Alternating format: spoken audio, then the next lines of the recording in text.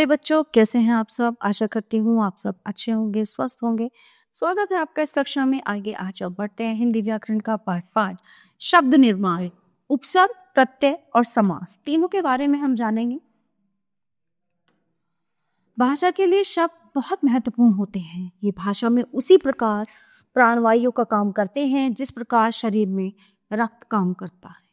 शब्दों के माध्यम से ही भाषा सजीव और पुष्ट बनती है। शब्दों का निर्माण कई प्रकार से किया जाता है। उपसर्ग द्वारा, प्रत्यय द्वारा, समास द्वारा, संधि द्वारा। सबसे पहले उपसर्ग द्वारा। निम्नलिखित गद्यांश में रंगीन छपे शब्दों को ध्यानपूर्वक पढ़ें। गुरुकुल में आचार्य ने अपने शिष्यों को उपदेश देते हुए कहा कि सदा अधर्म, अनीति, अज्ञान आदि से दूर रहो। किसी का अनादर मत करो। अपने अनुचर, अनुसहचर आदि के साथ उचित व्यवहार करो। अत्याचार व अत्याचारी का विरोध करना अत्यंत आवश्यक है। स्वदेश की स्वतंत्रता के लिए सर्वस्व भी न्यौछावर कर देना चाहिए। उपयुक्त गद्यांश में मोटे छपे शब्दों का निर्माण शब्दों व शब्दांशों के मेल से किया गया है। जैसे उपदेश अधर्म, धर्म अ, अनीति, नीति अ, अज्ञान, ज्ञान अ, अनादर, आदर अन, अनुचर, चर अन, अत्याचार, आचार अति, सर्वस्व, स्व, सर्व, स्वदेश, देश, स्व। ठीक है, उपसर्ग हमेशा वो होते हैं जो शब्दों से, शब्दांशों से पहले लगते हैं। इन शब्दों को पढ़ने के बाद निम्नलिखित तथ्यों का पता चलता है। शब्दों का निर्माण उनके आरंभ में शब्दांशों का प्रयोग करके किया गया है। शब्दांश जुड़ने पर मूल शब्द के अर्थ में परिवर्तन आ जाता है। जैसे धर्म, अधर्म विपरीत अर्थ दे रहे हैं। एक शब्दांश के प्रयोग से कई शब्द बनाए जा सकते हैं। जैसे अधर्म, अनीति, अनाथ, अज्ञान। इन शब्दांशों का स्वतंत्र प्रयोग नहीं किया जाता। ये शब्दों के आरंभ में जोड़े जाते हैं। इस प्रकार जो शब्दांश किसी शब्द के आरंभ में जुड़कर उसके अर्थ में विशेषता या परिवर्तन लाते हैं वे उपसर्ग कहलाते हैं। हिंदी भाषा में प्रयुक्त उपसर्ग। संस्कृत के उपसर्ग, हिंदी के उपसर्ग, उर्दू फारसी के उपसर्ग, संस्कृत के अव्यय और अंग्रेजी के उपसर्ग। संस्कृत के उपसर्ग चलिए पढ़ते हैं। अ, नहीं, अभाव, अधर्म, अज्ञान, अनाथ, अकाल, अति, अत्याचार, अत्यधिक, अतिरिक्त, अत्यंत, अन, अनाथ, अनादर, अनशन, अनाचार, अनु, अनुचर, अनुकूल, अनुसार, अनुमान, अपशब्द, अपमान, अपहरण, अपकार, अवगुण, अवसर, अवमानना, अभिनय, अभिप्राय, अभियुक्त, अभियोग, आजन्म, आमरण, आदान, आक्रमण, उत्तम, उत्थान, उत्कर्ष, उद्धार, उपनाम, उपवाक्य, उपदेश, उपवन, दुर्गम, दुर्जन, दुराचार, दुर्घटना, दुष्कर्म, दुष्कर, दुष्प्रभाव, दुस्साहस, निपुण, निवास, नियुक्त, नियम, निर्गुण, निराकार, निर्माण, निर्धन, निसंतान, निश्चल, निस्तेज, निश्चय, पराक्रम, पराधीन, पराजय, परामर्श, परिवर्तन, परिवार, परिक्रमा, परिणाम, प्रभाव, प्रहार, प्रकार, प्रबल, अभाव, निषेध, अशांति। हिंदी के उपसर्ग।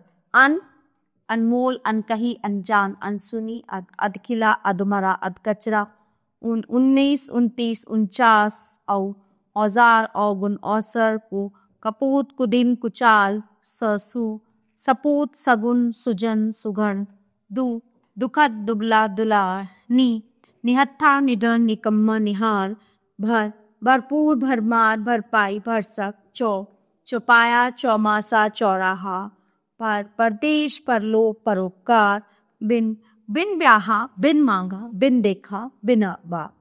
उर्दू फारसी के उपसर्ग। बनाम, बखूबी, बतौर, बदनाम, बदमाश, बदहजमी, बाकायदा, बाअदब, बाइज्जत, बेदखल, बेशरम, बेलगाम, कमअक्ल, कमजोर, कमबख्त, कमउम्र, खुशबू, खुशनुमा, खुशमिजाज, खुशहाल। गैर हाजिर, गैर सरकारी, गैर कानूनी, गैर जिम्मेदार। दरअसल, दरकिनार, दरकार, दरमियान, हर वक्त, हर एक, हर तरफ, हर रोज, हमदम, हमराज, हम शक्ल, हमदर्द, हमजोली, लाइलाज, लापरवाह, लाजवाब, लापता, नालायक, नादान, नाजायज, नासमझ, नापसंद, सरताज, सरकार, सरहद, सरफरोश, सरपंच। उपसर्ग की भांति प्रयुक्त संस्कृत के अव्यय अतः, अंतर, अंतःपुर, अंतःकरण, अंतर्मन, अंतरात्मा। अधः पतन, अधोगति, तिरस्कृत, तिरस्कार, पुनर्मिलन, पुनर्जन्म, पुनरावृत्ति, पुनर्विवाह। चिरकाल, चिरानंद, चिरायु, चिरंजीवी। पुरातन, पुरातत्व, पुराकाल। पुरम, पुरस्कार, पुरस्कृत। सहचर, सहयोग, सहपाठी। ठीक है। स्वाधीन, स्वतंत्र, स्वराज्य, समकोण, समकालीन, समवयस। नकारात्मक, नगम्य, नकार, कुमार, कुपुत्र, कुविचार, कुबुद्धि। अंग्रेजी के उपसर्ग सब जज, sub inspector, sub committee. Assistant manager, assistant teacher. Vice captain, vice president. Deputy commissioner, deputy director. General manager, general secretary. Chief commissioner, chief minister. Head constable, head master, head clerk. तो ये सब क्या है? ये है उपसर्ग। ठीक है। अब हम यहीं पे ये विषय समाप्त होता है। आगे हम पढ़ते हैं प्रत्यय। ठीक है। प्रत्यय द्वारा देश का प्रत्येक व्यक्ति शिक्षित हो, इस तथ्य को ध्यान में रखते हुए भारत सरकार ने अनेक शैक्षिक संस्थान खोले हुए हैं, जिनमें हजारों शिक्षक शिक्षण कार्य कर रहे हैं। उपयुक्त गद्यांश में रंगीन छपे शब्दों को ध्यानपूर्वक पढ़ने पर यह पता चलता है कि ये सभी शब्द शिक्षा शब्द से बने हैं, जिनमें भिन्न भिन्न शब्दांश जोड़कर नए नए शब्दों का निर्माण किया गया है।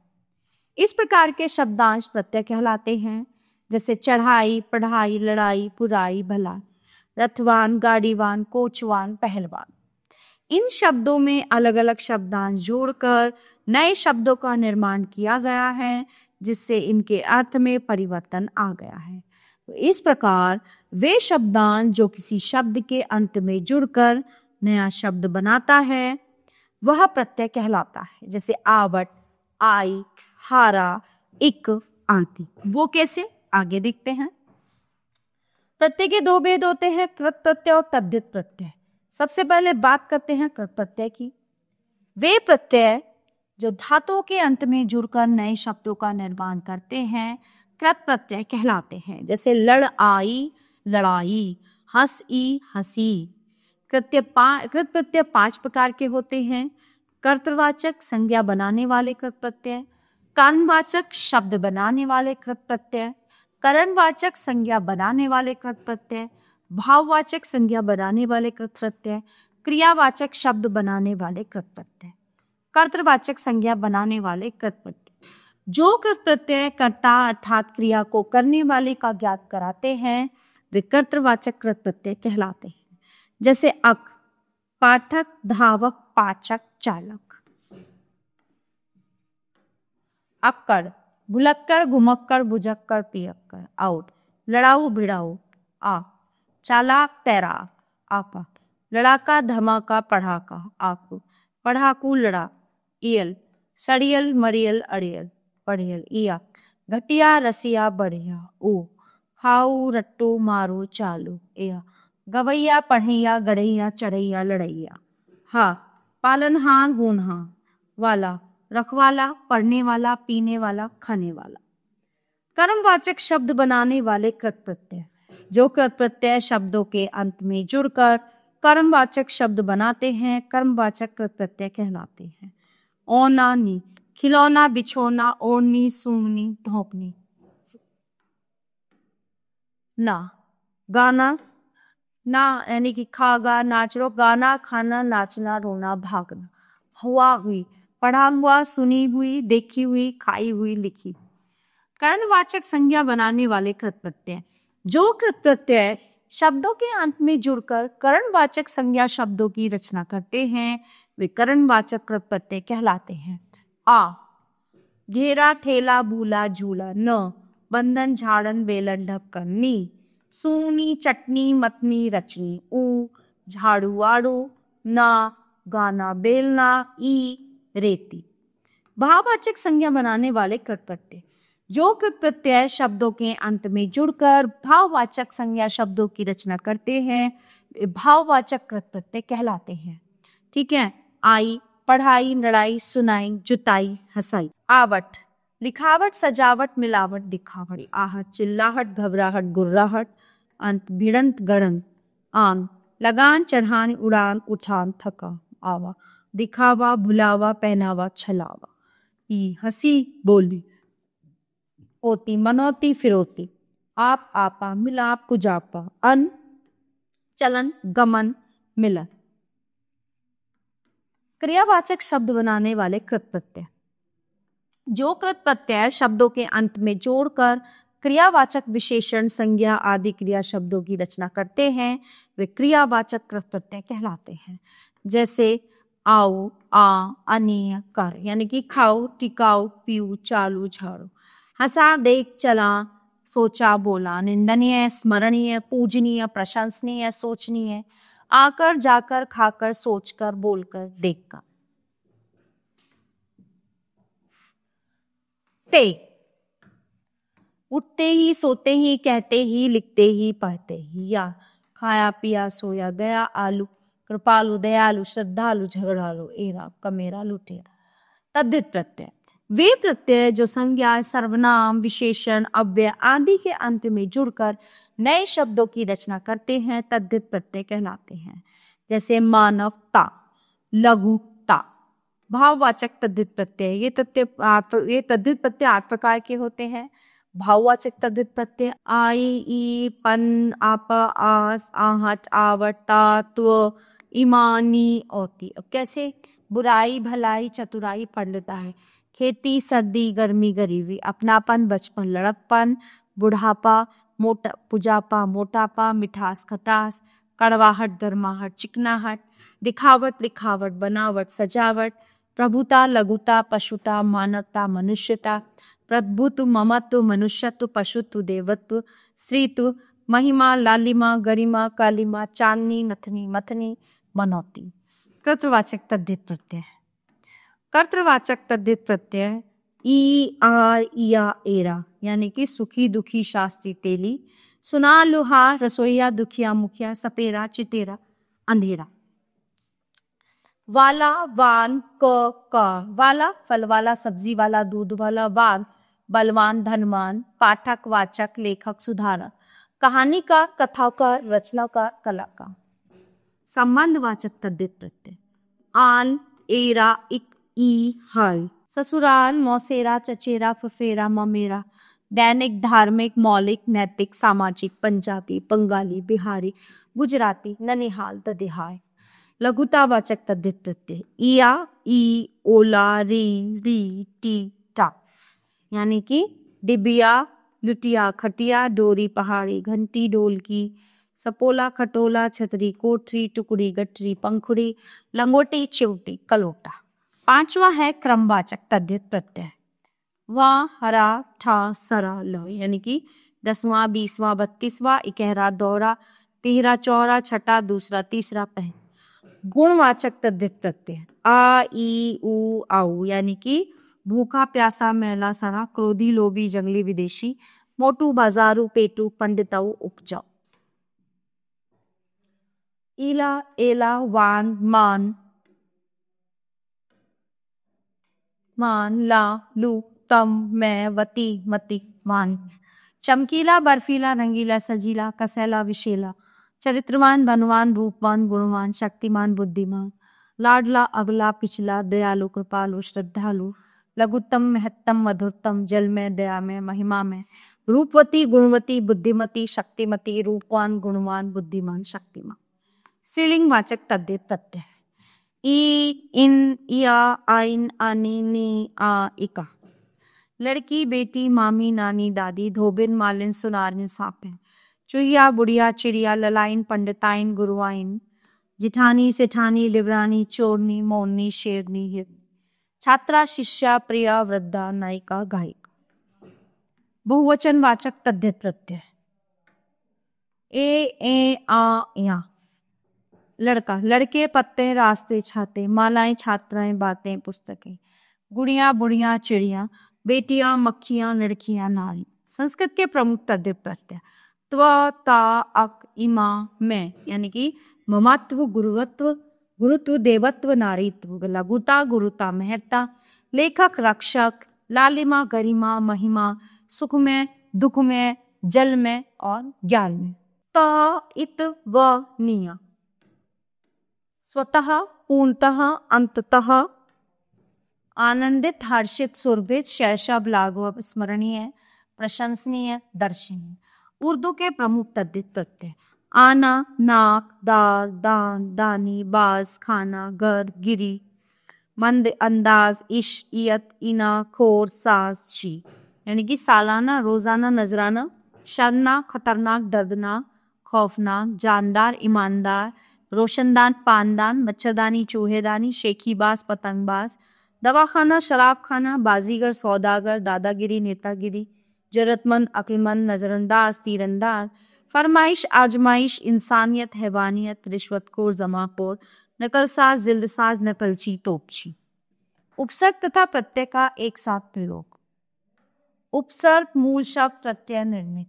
उपकार, ई उपकारी, स्वअल्प, स्वल्पता, निर्दया, निर्दय, उपकार, उपकारी, बदनसीब, बदनसीबी, अपमान, अपमानित, बेशर्म, बेशर्मी, परिपूर्ण, परिपूर्णता, परितंत्र, परतंत्रता, असामाजिक, निडरता, अनुकरणीय, बेरोजगारी, बदनीयत, बदनीयत, स्वावलंबी।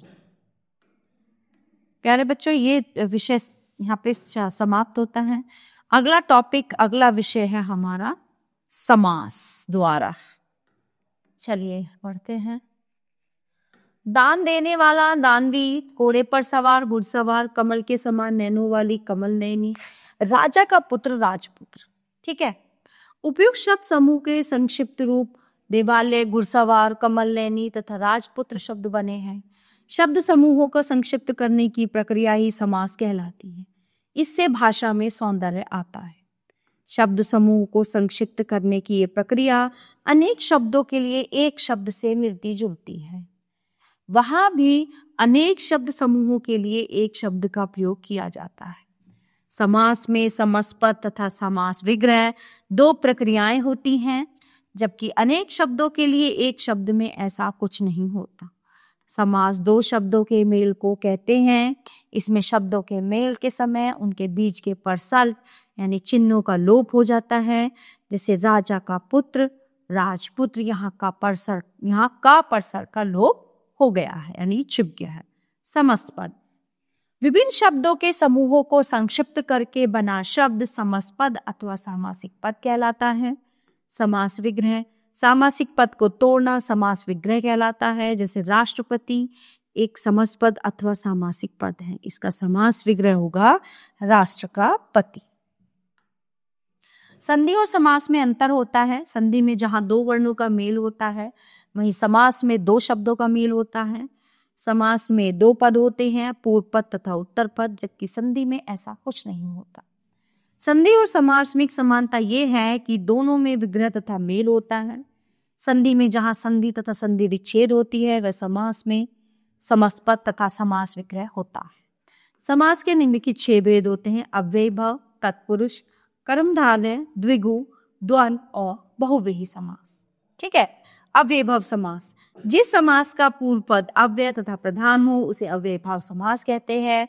जैसे प्रतिदिन, प्रतिपल, प्रतिक्षण, यथारूप, यथाविधि, यथाशक्ति, प्रतिवर्ष, हर वर्ष, यथावसर, अवसर के अनुसार, यथाशीघ्र, जितना शीघ्र हो, यथामति, मति के अनुसार, यथा समय, समय के अनुसार, बेमन, बिना मन के, बेराह, बिना राह के, बेखटके, बिना खटके के, बेहिचक, बिना हिचक के, बेईमान, बिना ईमान के, बेनाम, बिना नाम के, बेअक्ल, बिना अक्ल के, यथा सामर्थ्य, सामर्थ्य के अनुसार, आजन्म, जन्म भर, आमरण, मरने तक, आजीवन, जीवन भर, समुद्र, समुद्र, बीचों बीच, घड़ी घड़ी, घर घर, सकुशल, सपरिवार और सहर्ष। अव्ययीभाव समास में शब्दों की आवृत्ति भी हो सकती है। इसके साथ ही मूल शब्द के आगे कुछ उपसर्ग लगाकर भी शब्द बनाए जा सकते हैं। तत्पुरुष समास, इस समास में उत्तर पद प्रधान होता है तथा पूर्व पद गौण होता है। समास पद बनाते समय शब्द समूह के बीच में आने वाले परसर लुप्त हो जाते हैं। राजा का अभिषेक, राज्याभिषेक। तत्पुरुष समास की रचना करते समय कुछ बातों का ध्यान रखना जरूरी है। 1. इस समास में शब्द समूहों के बीच में कर्ता तथा संबोधन कारक चिन्हों के अतिरिक्त अन्य सभी कारक चिन्हों पर सर्गों का प्रयोग होता है। तत्पुरुष समास की रचना दो तरह से हो सकती है, जैसे संज्ञा प्लस संज्ञा, विशेषण तथा संज्ञा प्लस क्रिया।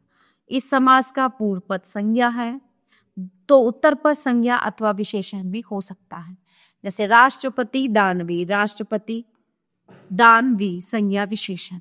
इस समास में यदि पूर्व पद संज्ञा है तो उत्तर पद क्रिया भी हो सकता है, जैसे परलोक गमन, देश निकाला। परलोक गमन संज्ञा प्लस क्रिया, देश निकाला संज्ञा प्लस क्रिया। कारक की दृष्टि से तत्पुरुष समास के निम्नलिखित 6 भेद होते हैं: कर्म तत्पुरुष, करण तत्पुरुष, संप्रदान तत्पुरुष, अपादान तत्पुरुष, संबंध तत्पुरुष और अधिकरण तत्पुरुष। कर्म तत्पुरुष, कर्म कारक का परसर्ग होता है, अतः इस समास में समास पद बनाते समय को परसर्ग लुप्त हो जाता है, यानी कि हाइड हो जाता है। यश प्राप्त, यश को प्राप्त। ग्रामगत, ग्राम को गया हुआ। गगनचुंबी, गगन को चूमने वाली। स्वर्ग प्राप्त, स्वर्ग को प्राप्त। जेब कतरा, जेब को कतरने वाला। फिर है दूसरा करण तत्पुरुष। करण कारक का परसर्ग से तथा के द्वारा होता है, अतः इस समास में इन परसर्गों का लोप हो जाता है, जैसे तुलसीकृत, तुलसी द्वारा कृत। जन्मान, जन्म से अंधा। शोकाकुल, शोक से आकुल। बाढ़ पीड़ित, बाढ़ से पीड़ित। मनचाहा, मन से चाहा। भयाकुल, भय से आकुल। ईश्वर प्रदत्त, ईश्वर द्वारा प्रदत्त। हस्तलिखित, हस्त से लिखित। संप्रदान तत्पुरुष, संप्रदान कारक का परसर्ग के लिए किसी को कुछ देने के अर्थ में होता है, अतः संप्रदान तत्पुरुष में के लिए परसर्ग का लोप हो जाता है। मालगाड़ी, माल के लिए गाड़ी। रसोई के लिए घर। विद्या के लिए आलय। सत्य के लिए आग्रह। राह के लिए खर्च। स्नान के लिए घर। देश के लिए भक्ति। गौ के लिए शांति। अपादान तत्पुरुष, अपादान कारक का परसर्ग से अलग होने, तुलना करने, डरने, लजाने के लिए होता है, अतः इस समास में से परसर्ग लुप्त हो जाता है। रोग से मुक्त, देश से निकाला। प्रदूषण से रहित, गुण से हीन, पथ से भ्रष्ट। बंधन से मुक्त, ऋण से मुक्त, धर्म से भ्रष्ट, चरित्र से हीन, संतान से हीन। संबंध तत्पुरुष, संबंध कारक के परसर्ग का के की आदि होते हैं, अतः इस समास की रचना के दौरान ये परसर्ग लुप्त हो जाते हैं। सेना का पति, राजा की आज्ञा, राजा की पुत्री, पवन का पुत्र, प्रेम का सागर। हरि की भक्ति, गंगा का जल, घोड़ों की दौड़, देश का प्रेमी, भारत का रत्न। अधिकरण तत्पुरुष, अधिकरण कारक के परसर्ग में पर होते हैं, अतः इस समास की रचना के समय इन परसर्गों का लोप हो जाता है, जैसे समस्पद घुड़सवार, घोड़े पर सवार, प्रेम में मग्न, दही में डूबा बड़ा, सांबर में डूबा बड़ा, सिर में तर। आप पर बीती, वन में वास, शरण में आगत, जल में मग्न, कला में निपुण। कर्मधारय समास, इस समास के दोनों पदों में विशेषण, विशेष्य अथवा उपमेय, उपमान का संबंध होता है तथा उत्तर पद प्रधान होता है, जैसे महादेव, महान है जो देव। क्रोधाग्नि, क्रोध रूपी अग्नि। चरण कमल, कमल के समान चरण। महात्मा, महान है जो आत्मा। प्रधानमंत्री, प्रधान है जो मंत्री। नीला है जो अंबर, लंबा है जो उदर। नीला है जो कंठ, यानी नीलकंठ। नर सिंह, नररूपी सिंह, भला है जो मानस। चंद्र के समान मुख। नीली है जो गाय, घन के समान श्याम। विद्यारूपी धन, कमल के समान नयन। नरों में है जो अधम, नरों में है तो जो उत्तम। द्विगु समास, इस समास का पूर्व पद संख्यावाची होता है तथा समास पद समूह का बोध कराता है, जैसे 9 रत्नों का समूह, 8 आनों का समूह, 4 मासों का समूह, समाहार, 3 रेणियों का समाहार, 5 आंबों का समाहार, 700 दोहों का समूह, 100 शब्द अब्दों वर्षों का समूह, 3 भुवनों का समूह, 8 अध्यायों का समाहार, 9 रात्रियों का समाहार, 3 शूलों का समूह, 4 राहों का समाहार, 3 फलों का समूह, 4 भुजाओं का समूह। द्वंद्व समास, इस समास में दोनों ही पद प्रधान होते हैं। इसका विग्रह करने पर योजक शब्दों का प्रयोग होता है, जैसे रात दिन, रात और दिन। दाल भात, दाल और भात।